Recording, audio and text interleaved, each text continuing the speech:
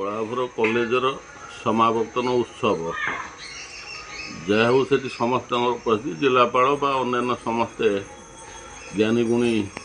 अतिथि मान उपस्थित अच्छा तेणु सेठारे जदि ओडिया कथबार्ता करवा ओडिया भाषा को ठीक ढंग से बुझापी लोक पाखे प्रयास रखा बा जारी रखा जे हाँ ओडिया को जानतु बुझंतु किंतु ता नक आम खंडी इंग्लीश बा से निजर ओडिया अस्मिता केवल अस्मिता भितर रखिदे इंग्राजी केते पद कही आत्मसंतोष लाभ करवा ये समीचीन नुहे। तेणु जहाँ हूँ केवल ये जो शिक्षित समाज पाखे ये जो प्रकार कार्यक्रम चली तेणु अन्य मैंने कौन तक अनुभव करेंगे कौन तक अनुकरण करेंगे कौन। तेणु शिक्षित समाज बर्तमान ये समाज उत्तरण पथर जमी प्रतिबंधक ठिया हो। तेणु आमर आज समाज को निवेदन जी जो स्तर में अच्छा कहीं प्रथम आगे निजर स्थिति गति प्रगति एवं कौन कहूच कौन करुच कौन बुझुच तापर निजक भल भाव में हजार थर पचारा दरकार कहीं गोटे भाषा पाटू बाहरी गला से वेदरे बा से सत्य रूपांतरित हो जाए। तेणु बड़ा दुखर कथा जिलापाल एवं अन्य अतिथि माने ओडिया भाषा ओडिया कथबार्ता करुला बेले प्रिंसिपाल जो निरवच्छिन्न इंग्राजी भाषण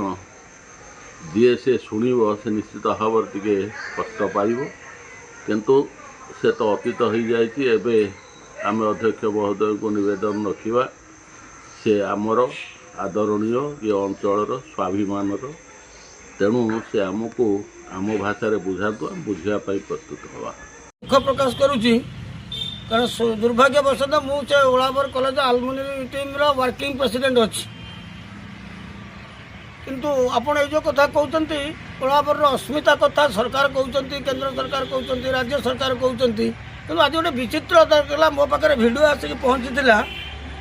मीटिंग पर मत भाई जन के भिडियो देते आमर जो मान्यवर प्रिंसिपाल अच्छा मुरलीधर करबोध सार से ज्ञानी गुणी विज्ञ लोक सी अंतत टिके ओडिया भाषण देते से साधारण लोक छात्र छात्री के आम मान को खुशी लगी था। कलेक्टर साहब आज जो